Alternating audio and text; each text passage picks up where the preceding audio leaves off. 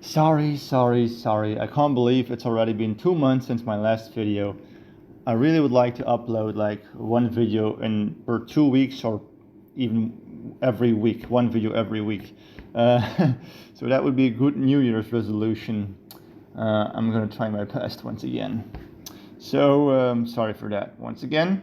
All right, let's start the video. The title is To Fight or to Accept. Well, let me begin. So, well, no matter how much we protest, no matter how hard we yell, no matter how much we donate, no matter how much we mourn, whatever it is that we are fighting against, it will always and always happen again and again and again. All right?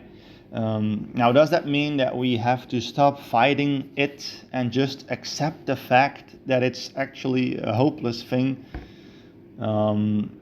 With that kind of attitude, Nazi Germany would probably still exist, or women would still have no rights to vote, or gay marriage would still be forbidden, or something else like that.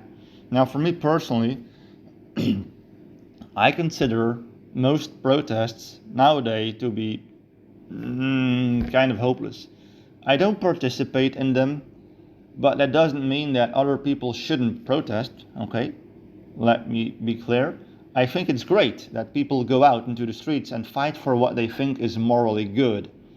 It's great to see the anti-natalist community growing and growing, and that more and more people are choosing not to procreate.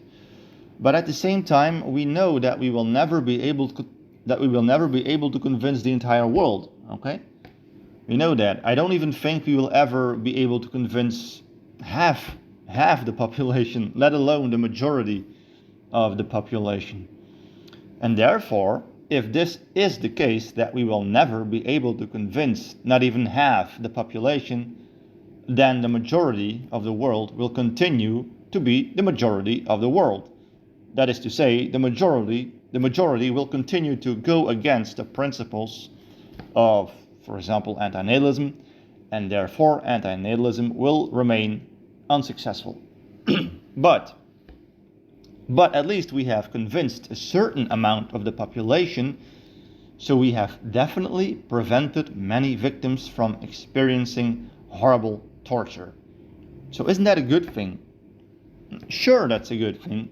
If we can save one victim, that's better than not being able to save anybody, okay?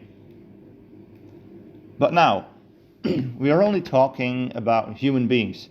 If we take into account all life on Earth, then it becomes truly hopeless. No matter how much it sucks to see and to acknowledge animals being hunted down by predators, okay? Like strangled to death, limbs torn apart, eaten alive, starved to death, bleeding to death. All these cruel ways to die, all of these cruel things that happen hundreds of times, probably even thousands of times, every single day. And this has been going on since life on Earth existed, and it will continue to exist as long as life will exist. Simple. But the extreme feeling of powerlessness that I and every other compassionate human being experiences is extremely frustrating and hopeless. There is nothing we can do. There are trillions and trillions of life forms on this planet, and they breed billions of new generations every second of the day. And survival can be so cruel. I feel so bad when I watch wildlife documentaries, watching the gazelle getting lynched by hyenas, watching the crocodile literally ripping and turning a zebra's face off.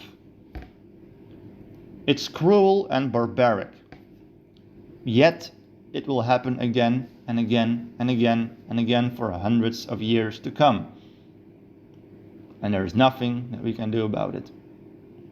That's life. That's wildlife.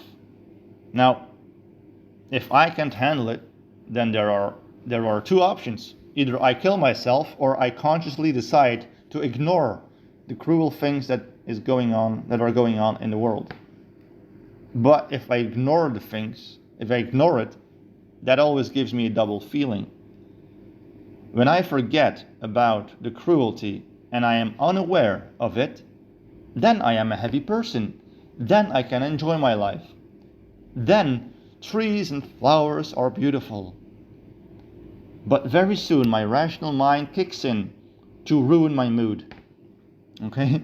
Then my rational mind goes like, it's not because you are not aware of the cruelty that it doesn't happen. Whether you are aware of it or not, the cruelty continues to happen every single day, every single minute, and the suffering is real and is experienced by real conscious beings. And that's a fact. And it's extremely difficult to live life like that, with that acknowledgement. Like the constant feeling of powerlessness is not manageable. So eventually there is just no other way than to just try to forget about all the negativity from time to time, if you want to keep on living. Now, is it okay to turn your back to it and ignore it and enjoy your own life? I guess it doesn't matter. Whether you decide to ignore it or you decide to care about it, I mean, there will always be victims. Again, sure, it's better to care about it and to take action to try to prevent more potential victims. Every single person that takes action creates a higher chance to save a being from cruelty. But the distinction between people who take action and people who don't give a damn about it will always exist. And the amount of people who do take action will never be enough to save all life from cruelty. So there will always be victims, and even if it's only one victim, that's one victim too much. Even if we can reduce the amount of victims to, let's say, 100 victims per day instead of 1,000 victims per day, that still, for me, is equally negative. Because the suffering experienced by one being is not going to be less painful if the total amount of victims are reduced. So, for me, as long as there is going to be a victim, even though it's only one victim per day, that still doesn't solve the problem. Okay? Sure, it may look like we are doing a very good job by reducing the amount of victims, but the pain and suffering of only one being is still equally real and horrific. And if we can't prevent that from happening, then it will continue to be equally horrific and cruel as thousands of victims combined. That's my personal opinion. So for me, there is no difference between one victim being tortured versus thousands of victims being tortured. It's all or nothing, black or white. And since and since reducing the victims to absolute zero is practically impossible, the entire situation of life becomes totally hopeless, and every possible solution becomes powerless. It's a absolute form of powerlessness. There is no solution. You can't fight it. Again, there are only two options. If you cannot handle it, you either kill yourself or you consciously ignore the cruelty and forget about it. Please don't kill yourself, okay? Just right, so maybe a third option, you simply accept the harsh reality of life. Now that's a difficult one. So what else can we do? I really don't know. Hope Hope is all we got. Let's hope for the best. But hope is irrational and gives you zero certainty. So, yeah, I'm sorry I'm being such a pessimist, but eventually I think this is the most realistic scenario of life. Okay, so even though it's really negative, thanks for watching, and I hope to see you in the next video.